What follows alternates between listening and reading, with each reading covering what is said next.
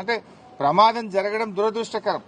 సరే, అది ఎలా జరిగింది, దాంట్లో ప్రభుత్వ వైఫల్యం ఉందా, తొందరపాటు ఉందా, జియాలజికల్ సర్వే ఆఫ్ ఇండియా అనుమతి ఇచ్చిందా లేదా, అనుమతిస్తే ఏం జాగ్రత్తలు చెప్పింది, ఆ జాగ్రత్తలు వీళ్ళు పాటించారా లేదా, అవన్నీ విషయాలు బయటకు రావాలి.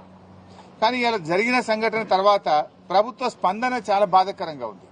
ముఖ్యమంత్రి ఏమో హెలికాప్టర్ వేసుకొని ఆయన ఎన్నికల ప్రచారానికి పోతున్నాడు.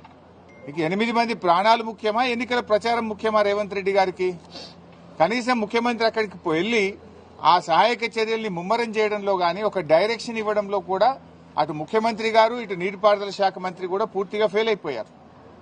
మేము బీఆర్ఎస్ పార్టీ తరఫున సహాయక చర్యల్లో ఇబ్బంది కలగొద్దు, ప్రభుత్వానికి సహకరించాలి, సంయమనం పాటించాలని చెప్పి గత 4-5 రోజులుగా మేము వెయిట్ చేశాం.